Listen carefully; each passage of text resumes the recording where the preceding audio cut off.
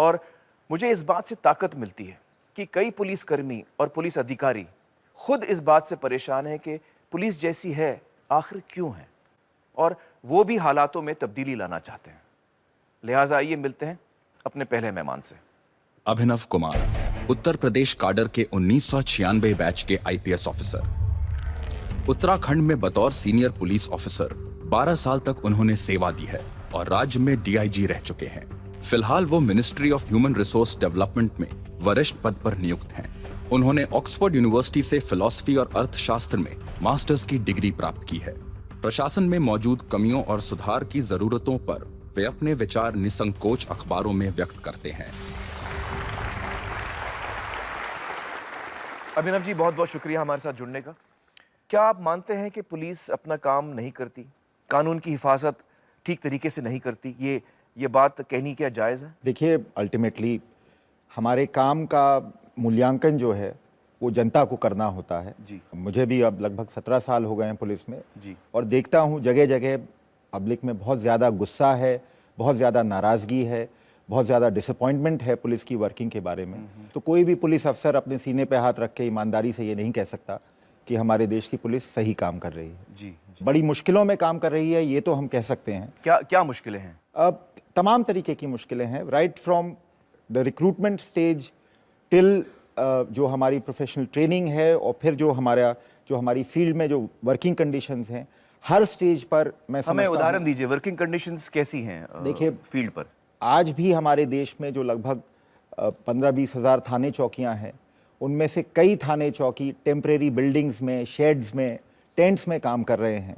जिन कर्मचारियों को पब्लिक को अटेंड करना है, उनके अपने बैठने तक के लिए हमारे पास अगर ढंग की जगह नहीं है, तो मैं समझता हूं फिर उनसे हम ये उम्मीद करें कि वो पूरी शिद्दत के साथ, पूरी मेहनत के साथ, पूरी लगन के साथ काम करें। I don't think it's realistic.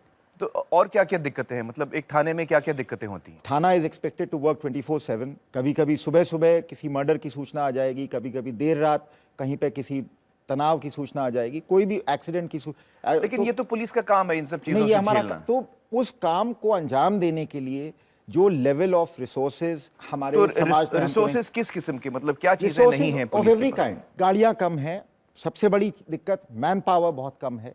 उसके अलावा वेपन्स हैं, हथियार, आर्म्स, एम्यूनिशन, गाड़ी के लिए तेल और स्टेशनरी।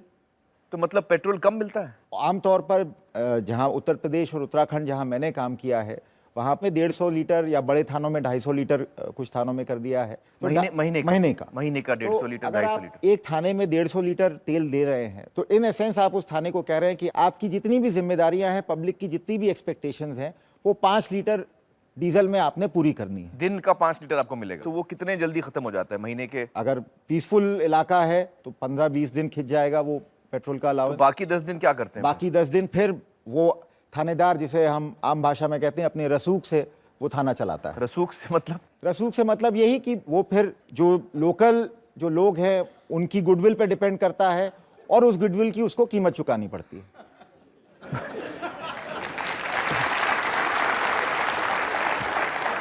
मतलब वो जुगाड़ करता है फिर कुछ? तो जुगाड़ इज अनदर वर्ड। बिल्कुल। टेलीफोन्स हैं जी। टेलीफोन कई थानों में अभी भी हम ठीक से टेलीफोन की सुविधा नहीं दे पाते। मैं तकलीफ में हूं और मैं थाने में फोन करूंगा तो वहां शायद फोन नहीं लगे। अच्छा, और बिजली?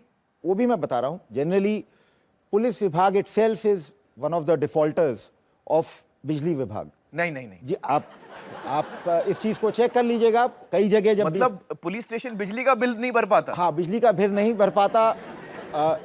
मैं हरिद्वार में, देहरादून में एसएसपी था, कई जगह ये दिक्कत फेस की। बिजली विभाग वालों ने हमको फिर नोटिस दिया, फिर मैंने वहाँ उनसे बात करके रिक्वेस्ट किया कि साहब हम कोशिश कर रहे हैं, कुछ दिन की हमको मोहलत दे दीजिए।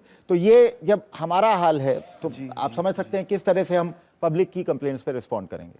तो मुझे बताइए कि एक पुलिस स्टेशन को कितना बजट मिलता है कि भैया पब्लिक की जो शिकायतें आएंगी उसके बारे में आपको काम करना है, तो कितना बजट मिलता है एक पुलिस स्टेशन? किसी भी अच्छे ऑर्गेनाइजेशन में एक कंटिजेंसीज का कॉन्सेप्ट होता है। या अगर ये पैसा खत्म हो जाए तो और है? हाँ, वो और आप है, काम मत रुकिए। लेकिन अनफॉर्चुनेटली पुलिस विभाग में कुछ स्टेट्स को छोड़ के हमारे पास ये कंटिजेंसी का भी पैसा थानों में अवेलेबल नहीं रहता। तो पैसा खत्म हो जाता है? तो पैसा होता ही नहीं है। पैसा होता ही नहीं है। तो अब जैसे फॉर इंस्टेंस मान लीजिए कहीं एक्सीडेंट हो गया जी। और वहाँ पे कई सारे लोग घायल पड़े हैं या डेड बॉडीज़ हैं, जी। उनको जाके लेके आना है, उनके लिए ट्रांसपोर्टेशन की व्यवस्था करनी है, तो उस सब इंतज़ाम के लिए भी कई बार हम पैसे नहीं होते हमारे पास, और फिर हम या गुडविल पर या जो लोकल लोग हैं उनको मतलब डरा धमका कर, पर्सुएड कर कर हम उनसे मदद लेने की कोशिश करते हैं अपनी बेसिक जिम्मेदारियों को पूरा करने के लिए। मैं एक्चुअली एक छोटी सी कहानी यहाँ बताना चाहूँगा। मैं एक फिल्म मैंने की थी सरफरोश।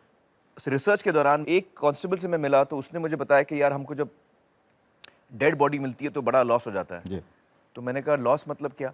तो उसने समझाया कि जब डेड बॉडी मिलती है, कभी पानी में होती है, तो हम पहले मछुआरों को पैसा देते हैं कि वो डेड बॉडी निकालें, और फिर हम उसको ले जाते हैं हॉस्पिटल, वहाँ जो पोस्टमार्टम होता है उसके लिए हम दारू देते हैं या पैसा देते हैं, वरना वो करता नहीं पोस्टमार्टम। फिर हम अगर वो अनक्लेम्ड बॉडी है, कोई उसको लेने नहीं आया बॉडी को, तो उसके लिए हम फिर उसका जो लास्ट राइट्स हैं, क्रियाक्रम करना है, दफनाना है, जो भी है, उसके हम पैसे देते हैं। तो मैंने कहा तो आप जो पैसे देते हैं फिर आपको पुलिस स्टेशन से मिलते होंगे? तो उन्होंने कहा नहीं नहीं नहीं, बड़ा साहब बोलता है तुमको बॉडी मिली, तुम उसका पैसा भरो।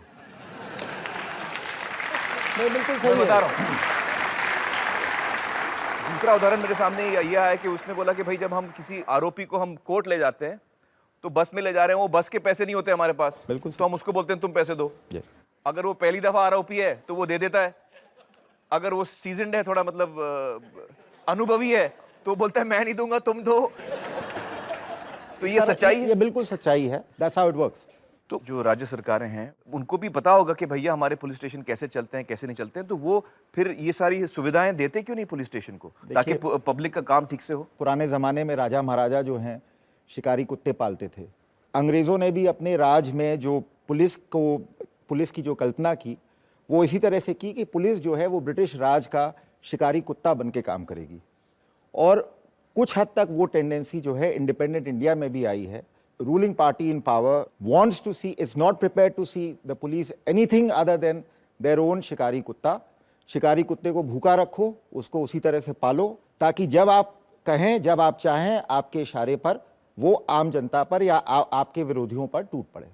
ये मेंटालिटी है पुलिस के प्रति रूलिंग एस्टैब्लिशमेंट की। जब तक पुलिस की वर्किंग की दिक्कतों का असली चेहरा पब्लिक के सामने नहीं आएगा, जब प्रॉब्लम ही नहीं समझ पाएंगे तो सोल्यूशन कैसे समझेंगे?